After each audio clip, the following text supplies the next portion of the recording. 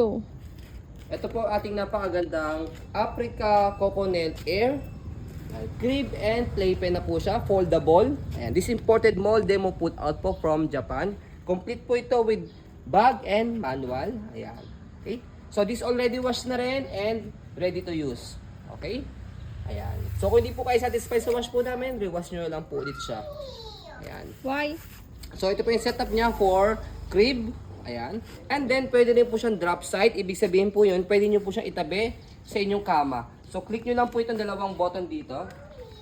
And then pull down. Ayan. Dalawa yung medida. Okay.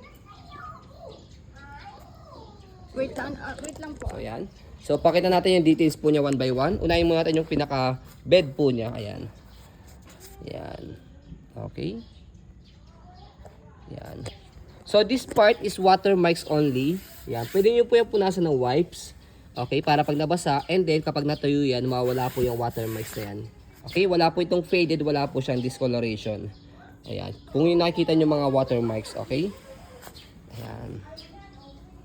So, sobrang jackpot ang makakabili po nito dahil ang brand new price po nito is 20k. Ayan.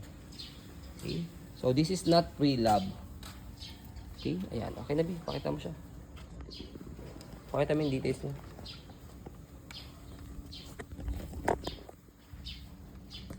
Ganda yun, walang stain. Ito, watermarks lang to.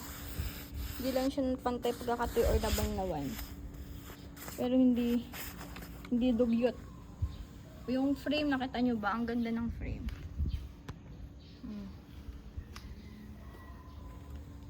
Hindi naninilaw yung ganito. Yung plastic kasi ganito pag matagal na stock, naninilaw eh.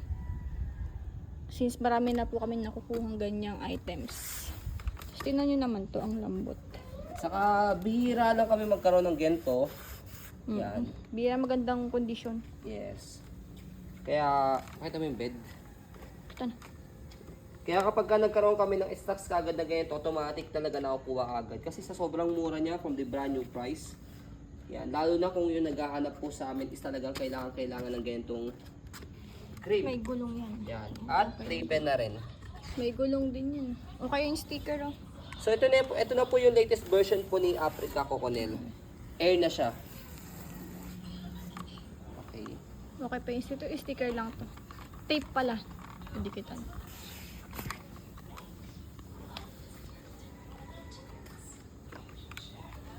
Ito, bababa nyo lang.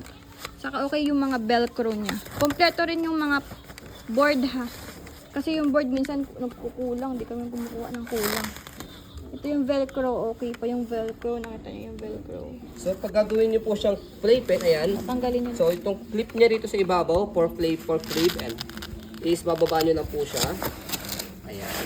Para magiging playpen na po siya. So sobrang safe po ito kay baby for newborn. Ayan dahil meron siya ritong Net. hindi, ito totoong ano niya. Velcro. And then yung pinaka-hook niya sa apat na corner. Pang infant lang naman yun hanggang 3 months. Saka, if you know the brand Africa, you know Quality. kung paano siya ka-quality. Okay?